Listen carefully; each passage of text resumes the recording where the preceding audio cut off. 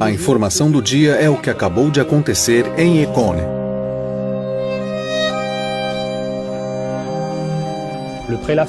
O prelado francês Dom Lefebvre desafiou a igreja. Eis aí o cisma, Dom Lefebvre. Dom Lefebvre excomungou a si mesmo.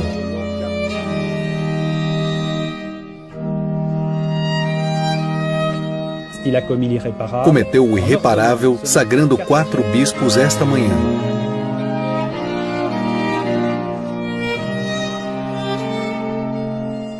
Em 1988, Dom Marcel Lefebvre sagra 4 bispos, sem o Acordo de Roma. Diante de 10.000 fiéis, ele desobedece publicamente ao Papa a fim de continuar a obra que fundou. A Fraternidade Sacerdotal São Pio X.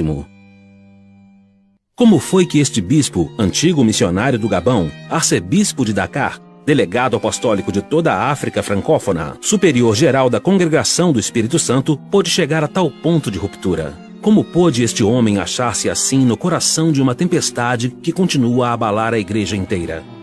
É o que vamos tentar compreender através de sua história.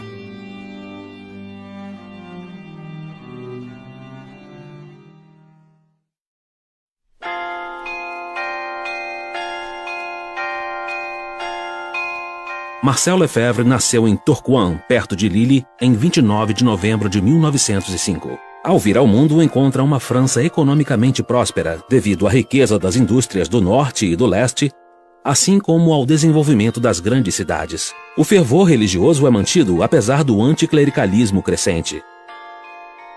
Em cada paróquia, muitos padres acolhem centenas de fiéis.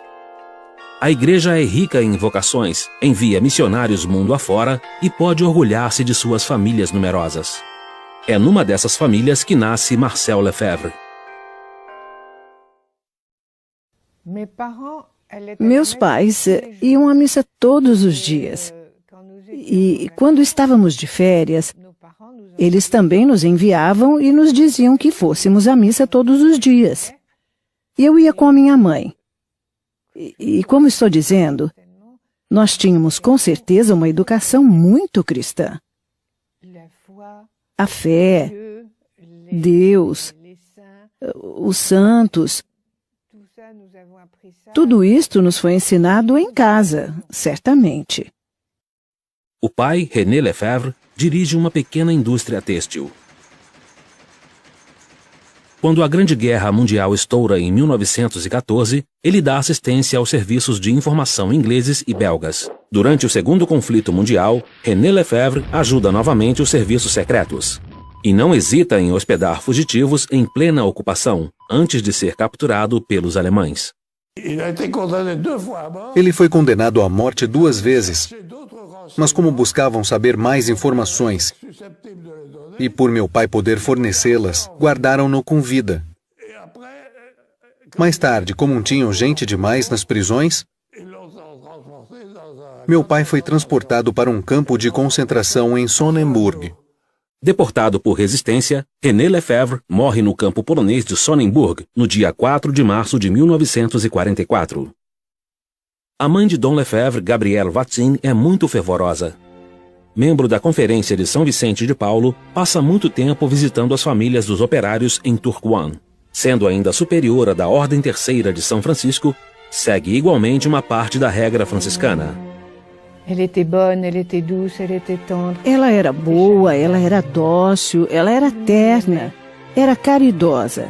Todos a amavam. Para mim, ela sempre foi a pessoa perfeita. E ela apreciava muito seu filho. Eu não sei. Não creio que ela o amava mais do que os outros. Não era assim. Mas tinha consciência, com certeza, que Marcel ia ter um destino diferente dos outros filhos. Ela sempre teve essa impressão, tenho certeza.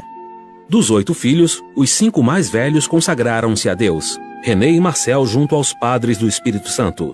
Jane será freira de Maria Reparadora. Bernadette, freira do Espírito Santo. E Cristiane, carmelita. Marcel Lefebvre cresceu, pois, num universo profundamente cristão. O essencial de sua escolaridade foi cursado no Colégio do Sagrado Coração, em Tourcoing, uma instituição que deu centenas de padres à igreja. Era bom aluno, o protótipo do bom aluno. Ordenado, sério, era meu amigo de infância e fiquei 8 anos com ele no mesmo banco do colégio. Marcel era aquele que sempre estabelecia a paz entre nós todos. Era ele quem sempre tentava arranjar tudo e que tinha talvez a maior influência sobre todos os seus irmãos e irmãs. Ainda hoje, quando tenho uma dificuldade, um julgamento a fazer ou um problema para resolver, automaticamente, sem realmente querer, penso sempre nele. Que diria o Marcel? Que faria o Marcel? É automático. E acho que o mesmo acontece com meus irmãos e irmãs. É a mesma coisa. Ele era um ponto de referência para nós.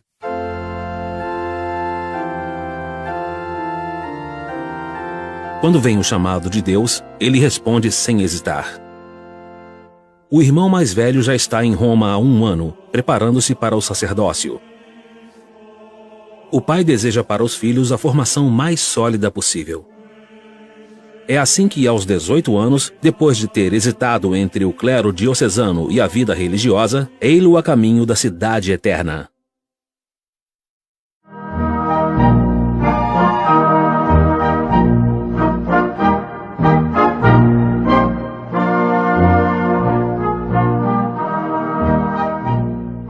Instala-se em Santa Chiara, seminário francês dos Espiritanos, perto do Vaticano. O Seminário Francês de Roma é instituído em meados do século XIX e representa uma das 2 grandes fontes de bispos franceses,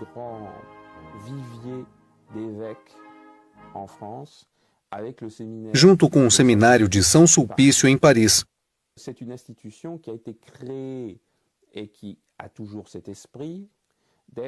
Desde sua criação até nossos dias, essa instituição guarda o caráter de ser como um templo do ultramontanismo, da fidelidade muito forte e acentuada da Igreja da França à Santa Sé. O seminário naquela época era dirigido pelo padre Henri Lefloc, cujo espírito antirrevolucionário e antiliberal incita os futuros padres a se precaverem contra o espírito do século XIX, que deseja separar a sociedade da Igreja Católica. O padre Lefloc, diretor do seminário, um espiritano, lhes havia ensinado o Cristo Rei, a doutrina da realeza social de Nosso Senhor Jesus Cristo. E o padre Voetigli comentava a encíclica Quas Primas do Papa Pio XI em 1925, insistindo sobre o lugar central ocupado por Jesus Cristo em toda a sociedade. Insiste-se muito sobre o fato de que Dom Lefebvre foi formado no tomismo e na neoescolástica. Mas era assim em qualquer lugar naquela época. Não tem nada de original, seja nos seminários franceses ou nos outros. Todos têm exatamente o mesmo modelo. Mas em 1927, o padre Lefloc, levado pelos redemoinhos que condenam o movimento monarquista da Ação Francesa, renuncia ao cargo, pois compartilha o antiliberalismo de Charles Maurras.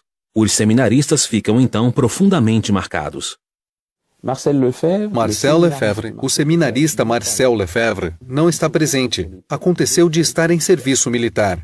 Ele não ficou diretamente magoado, pois não fazia parte da ação francesa e nunca tinha lido Maurras. Mas a partida do padre Lefloc, consequência daquela condenação, esta partida sim, do diretor do seminário, é o que o chocou realmente. Ele fez parte, creio, da Associação dos Amigos do Padre Lefloc, entre os quais encontravam-se pessoas de horizontes muito diferentes. O caso mais notável é de Alfredo Ancel, que no Concílio Vaticano II encontrava-se no extremo oposto das posições de Marcel Lefebvre, e, no entanto, os dois partilhavam a mesma admiração por este superior. Em 21 de setembro de 1929, o jovem seminarista Lefebvre é ordenado padre na Capela das Damas do Sagrado Coração, em Lille, pelo bispo Dom Achille Liénard. No início de 1930, torna-se vigário no subúrbio operário de Lille, em Marais de l'Homme. Lá vai evangelizar os operários têxteis, ferroviários e metalúrgicos. Porém, mal o bispo lhe confia um ministério, o jovem Marcel sente uma vocação mais distante.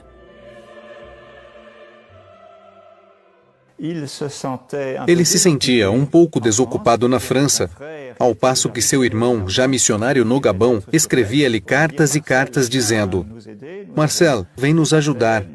Temos batismos, temos catecismo, temos conversões. Então Marcel Lefebvre pensou que ele seria muito mais útil e que teria ao mesmo tempo uma vida mais difícil, mais mortificada e mais meritória, tornando-se missionário na África.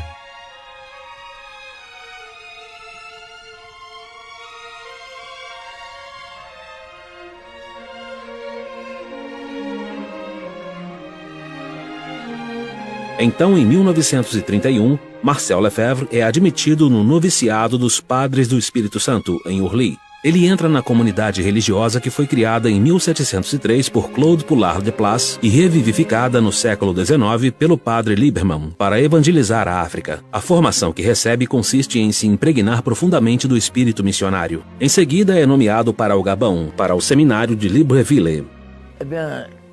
É claro que não faltavam motivos para que ele fosse nomeado professor do seminário, pois era ótimo em teologia, ótimo também em filosofia, ao mesmo tempo que tinha um dom de saber explicar. Na África, é preciso ser realmente professor, bom pedagogo, dar exemplos e falar lentamente. E isso era um de seus dons. Durante 6 anos, ele se empenha na formação de padres africanos. Esta preocupação responde ao desejo dos papas, de Leão XIII a Pio XI, de formar um clero autóctone depois de séculos de missão. O jovem professor dava as aulas de teologia e de Sagrada Escritura. Antes de tornar-se diretor do seminário em 1934, com apenas 28 anos.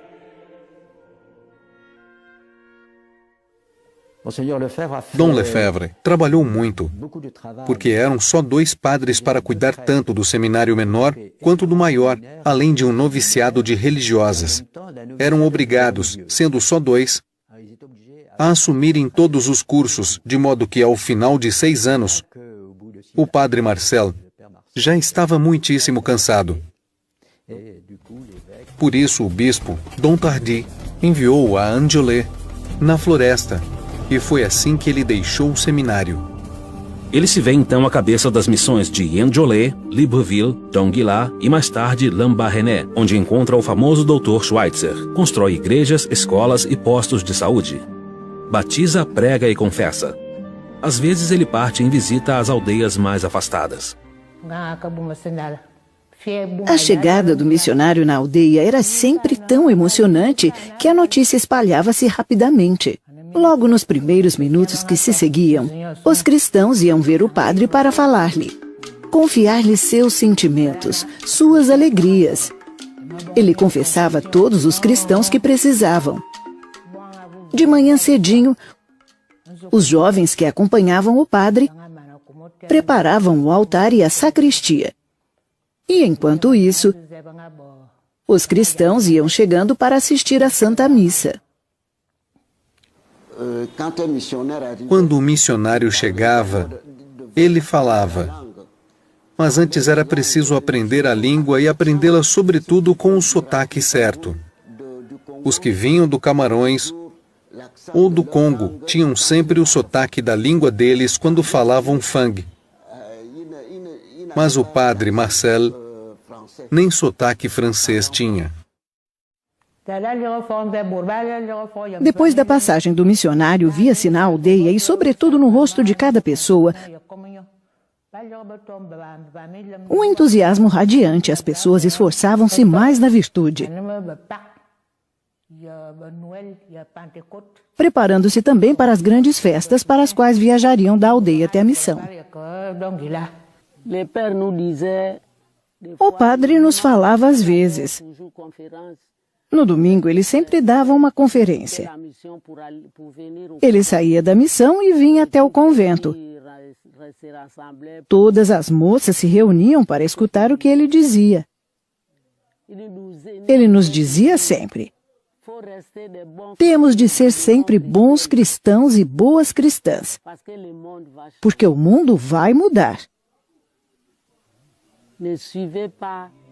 Não queiram seguir os bens deste mundo.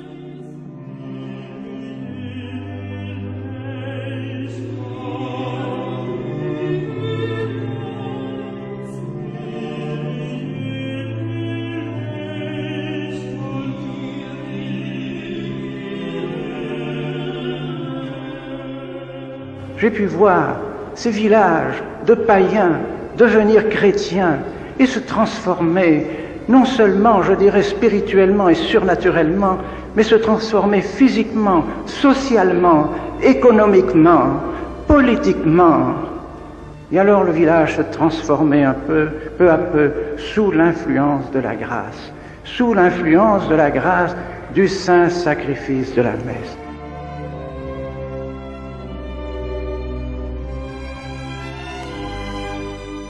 Des âmes aussi se sont consacrées alors à Dieu.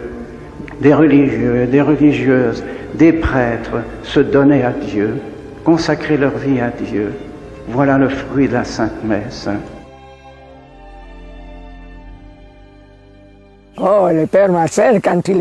O padre Marcel, quando estava em Lambaréné, era um padre tranquilo, dócil e todo mundo o apreciava. Aliás, naquela época havia muita gente querendo entrar. Dentre os rapazes havia pelo menos alguns que insistiam e pensavam em entrar no seminário. Quanto às moças, também queriam entrar no noviciado. Em outubro de 1945, uma piroga traz um envelope vindo de Paris. O superior-geral o chama de volta à França. Depois de 13 anos no Gabão, o missionário deve voltar para a metrópole.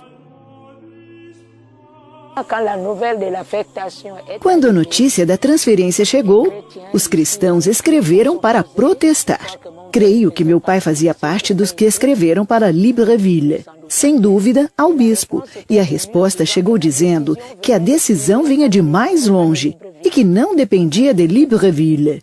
Então, a gente o deixou partir, e no dia em que ele veio dizer adeus às freiras e às moças, eu estava presente, na pequena escola. Todo mundo chorava, as meninas, a emoção era enorme. Todos lamentavam sua partida. Um padre como este...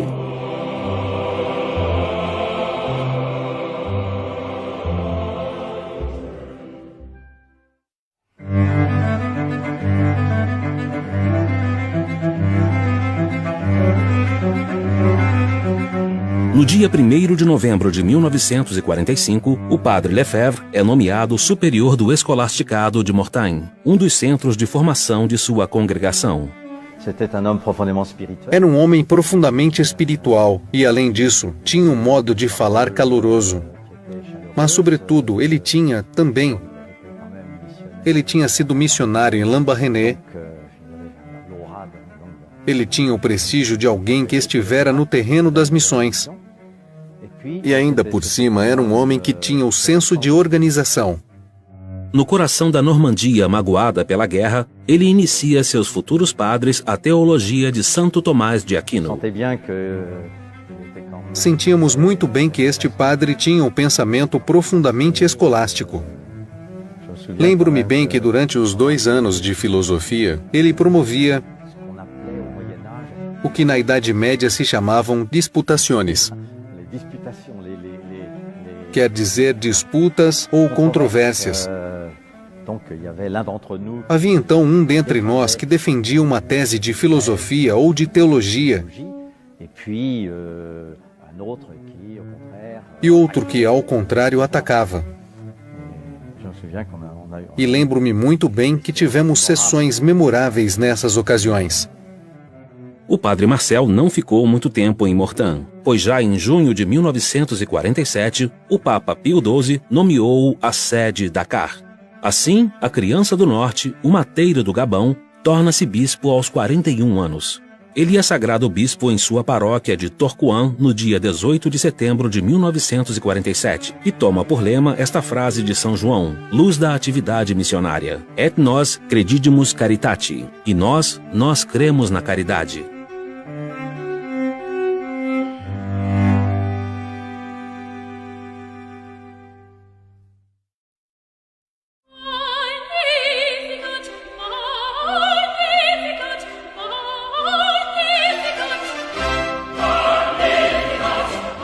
Naquela época, Dakar, de maioria muçulmana, era a capital da África Ocidental francesa, ou seja, de uma grande parte do Império Colonial francês.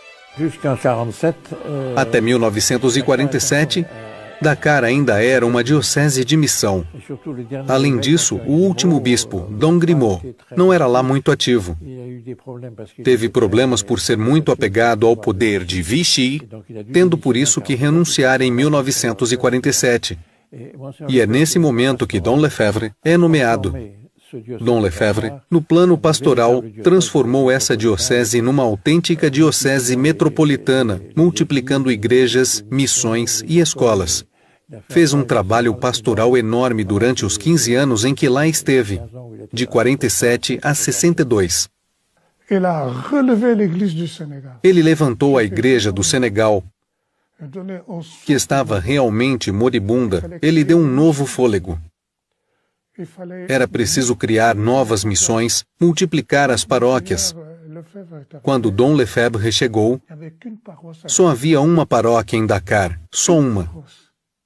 Só havia a catedral como paróquia para toda a cidade de Dakar. Claro, havia algumas capelas. Tá bem, mas vejam o que ele fez. Ao ir embora, ele deixou não sei quantas paróquias em Dakar. Em 15 anos, o número de ordenações é duplicado. O jovem arcebispo, com base em sua experiência de Libreville e de Mortain, tem grande apreço pela formação dos padres. No leste de Dakar, compra um terreno e constrói o seminário de Sébikotane. Foi ele que desenvolveu praticamente todos os seminários do Senegal. Não tínhamos muitos formadores. Melhoramos graças a Dom Lefebvre, que chamou professores para levantar um pouco o nível de formação dos padres. Essa era a sua preocupação. Sempre que podia, ele vinha nos visitar, porque Dom Lefebvre importava-se imensamente com seu seminário, assim como com a formação dos jovens que lá estavam. Mas ele ainda tinha a grande preocupação pastoral de aumentar as possibilidades de evangelização no território que lhe era confiado. E por isso se interessava muito pelas vocações africanas.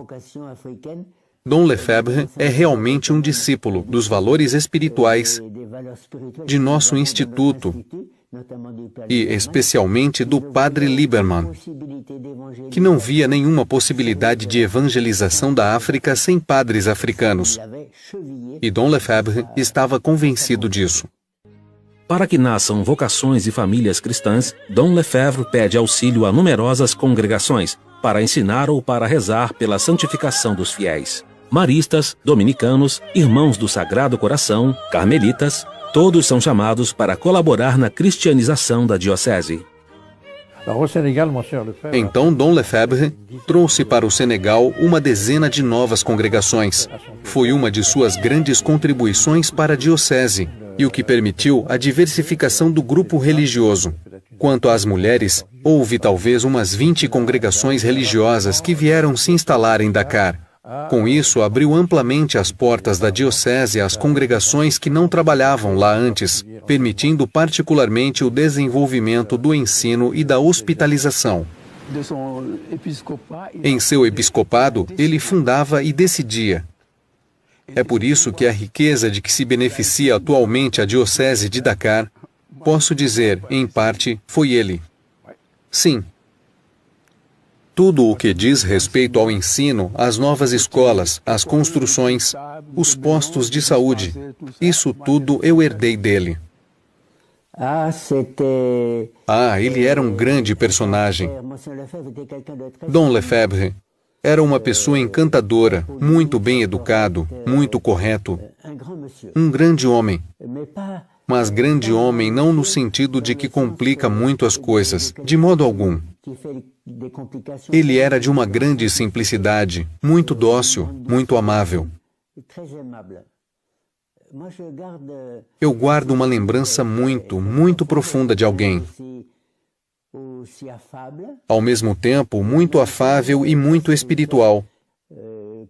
Para ele, os valores espirituais, a formação espiritual, eram fatores essenciais para a formação dos seminaristas.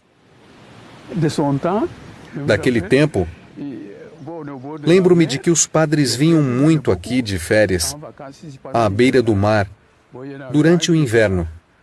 E aconteceu de um deles estar de bermuda e o bispo o repreendeu muito simplesmente. O senhor ficaria melhor de batina. Ah, sim. Ele vivia sua fé, e aqui era possível ver sua fé em ação. Eu tinha a impressão de que ele não parava de rezar. Não sei se é verdade, mas eu tinha essa impressão. Ao viajar com ele, eu viajei muito com ele. Eu tinha a impressão de que ele rezava o tempo todo. Isto emanava dele. Eu ficava bem e era bom. Era bom sentir-se respaldado por um bispo assim.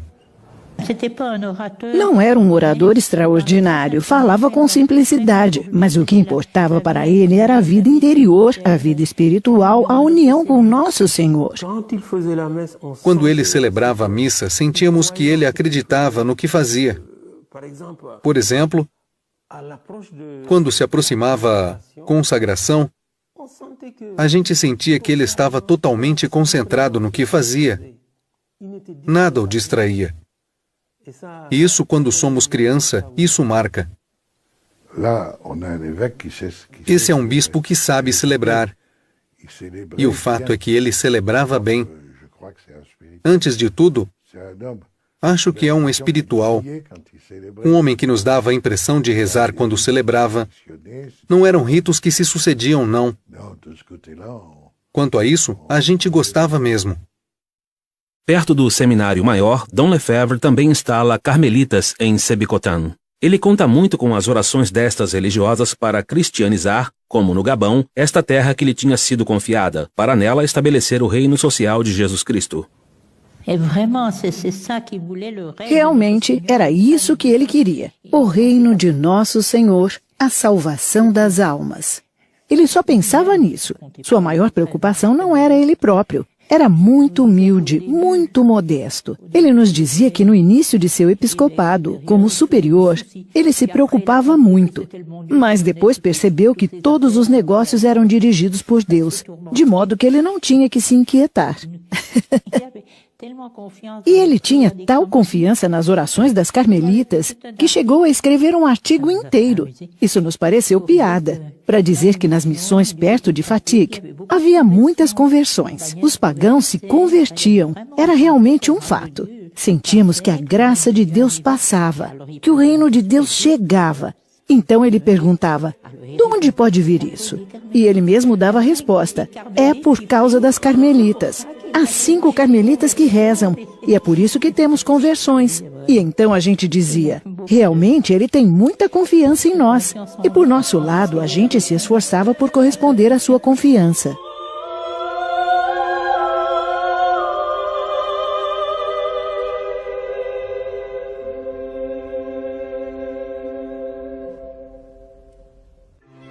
Et nos credidimus caritati. Et nos credidimus caritati. Acreditamos na caridade. Eu reconhecia Dom Lefebvre na sua divisa. Ele difundiu a caridade. Através de todas suas obras, eu via essa caridade que ele espalhava. Dom Lefebvre, depois de sua sagração, e depois da nomeação como delegado apostólico para toda a África Francesa e Madagascar, em todo o lado, como Cristo, ele fez o bem em toda parte.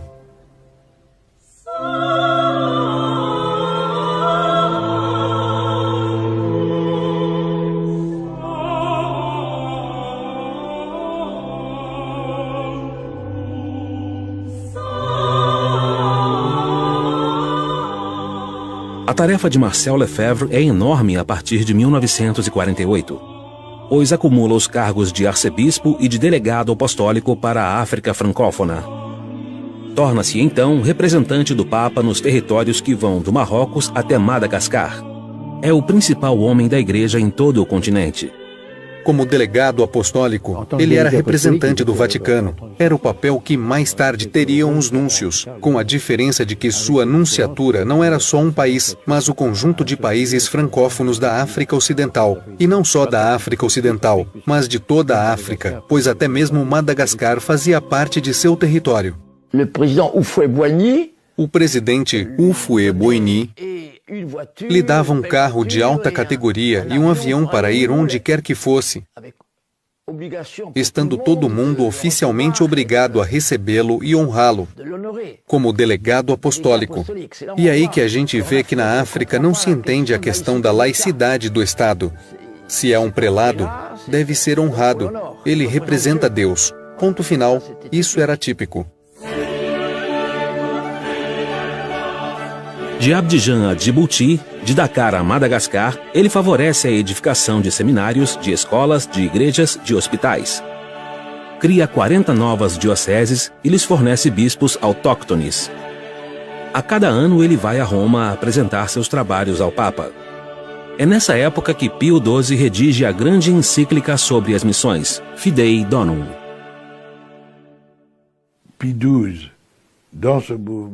Pio XII, nesse assunto, concordava, ou melhor, Lefebvre estava de acordo com o Pio XII. Há quem diga, mas disso não tenho provas, que foi o pensamento de Lefebvre que se concretizou no documento do Papa, na encíclica. Mas, enfim, ao mesmo tempo, Pio XII, um conservador, tinha uma nova visão sobre o futuro da África. Agradava a Lefebvre. Agradava aos dois. Dom Lefebvre coloca as balizas da Igreja da África numa época em que o continente está em plena mutação. O movimento da descolonização atinge um a um todos os países. O arcebispo teme, sobretudo, que esse movimento se realize contra o cristianismo. Ele pensava que isto favoreceria o desenvolvimento do comunismo. Claro, ele se opunha muito ao comunismo e pensava que a descolonização era um movimento inspirado pelos comunistas. 1962. Ele tem 56 anos. É preciso partir.